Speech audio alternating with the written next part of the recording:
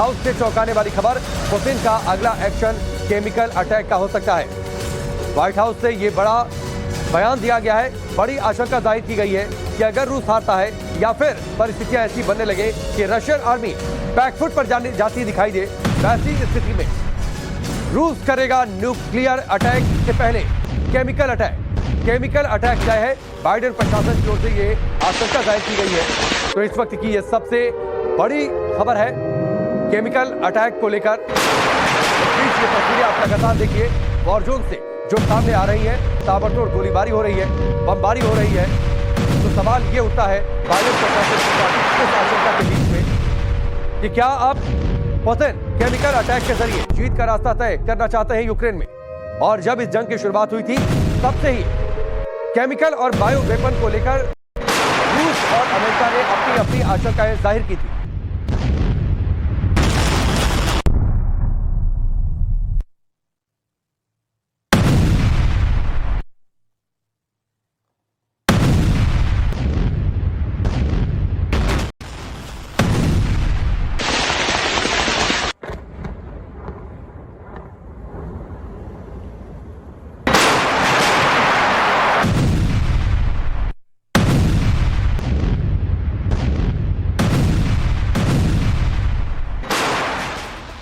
तो क्या बाइडेन प्रशासन ने जो आशंका जताई है न्यूक्लियर अटैक से पहले केमिकल अटैक करेंगे, केमिकल वेपन का इस्तेमाल करेंगे पुतिन।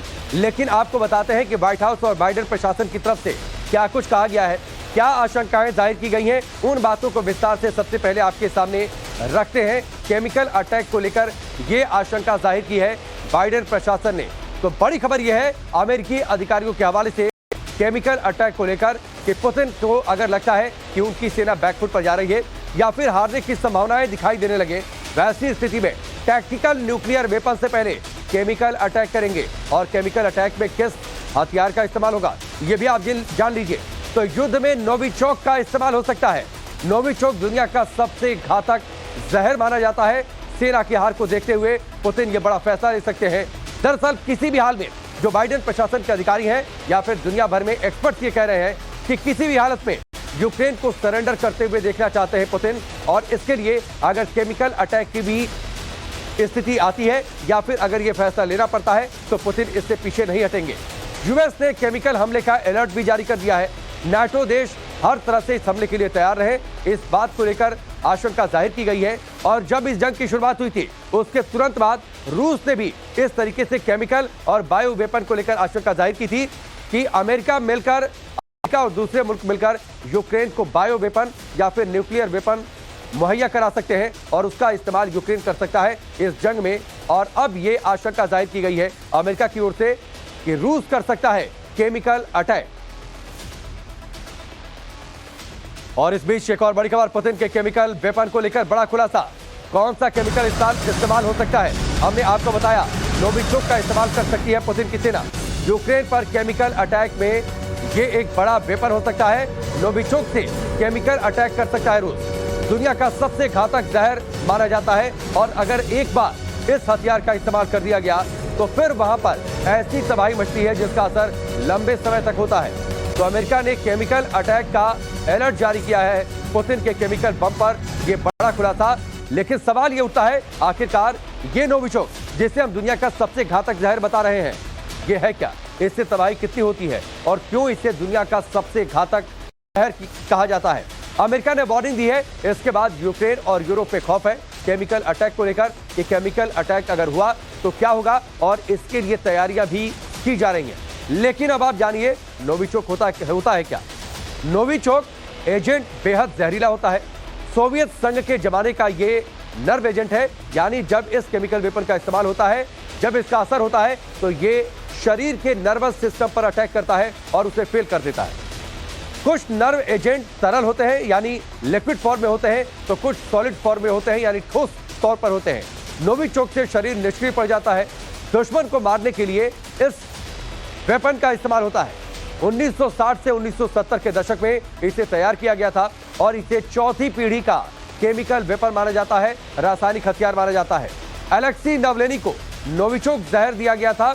पुतिन के ये बड़े आलोचक थे और उसके बाद उन्हें मारने के लिए इसी केमिकल का इस्तेमाल किया गया था।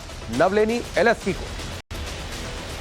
तो अब सवाल यह उठता है कि आखिरकार कितनी तबाही मचेगी अगर केमिकल अटैक होता है, तो इसका कितने दायरे में असर होगा। तो इसको लेकर भी बड़ी खबर है कि सिर्फ एक मिनट और उसमें लाखों लोगों की जान चली जाएगी। हमने आपको पहले बताया कि नोविचोक दरअसल दुनिया का सबसे घातक जहर है।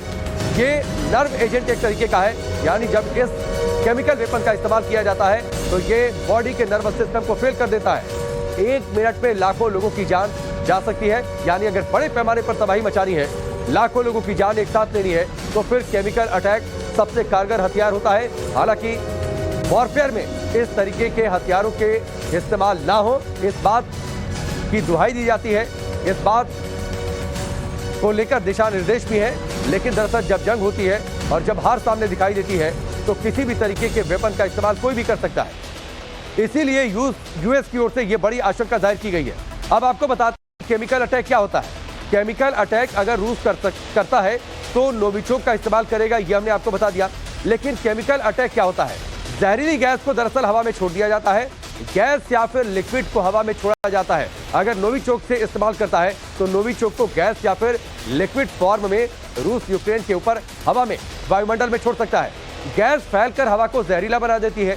केमिकल अटैक बहुत तेजी से फैलता है, कुछ ही मिनट में हजारों लाखों लोगों की जान ले सकता है, क्योंकि ये हवा के सहारे एक निश्चित दायरे में ये जबरदस्त तरीके से तबाही मचाता है।